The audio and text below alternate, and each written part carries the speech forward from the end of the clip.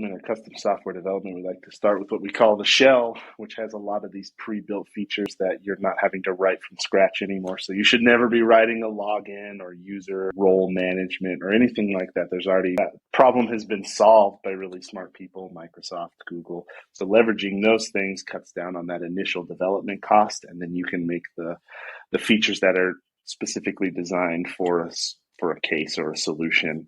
So taking like a pre-built module for like displaying data or allowing somebody to report and create custom reporting, and then dumping data into that's way better than sitting down to try to solve what a custom reporting tool would be. Yeah, think about sometimes the business value of building custom versus off the shelf.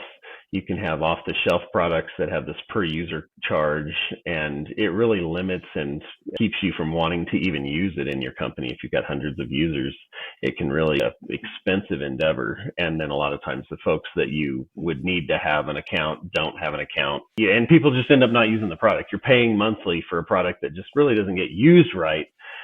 Whereas if it's in your company's language, if it's in your company's vernacular, it looks like your processes that you've that has your secret sauce. It's not just a generic thing that you're having to translate in your head on how to do your processes.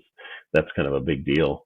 And the fact that once you've got it built, it's yours, you own it, and it's royalty free. And those components are often as good or better than the components that are prepackaged for you. You just get to pick them yourself.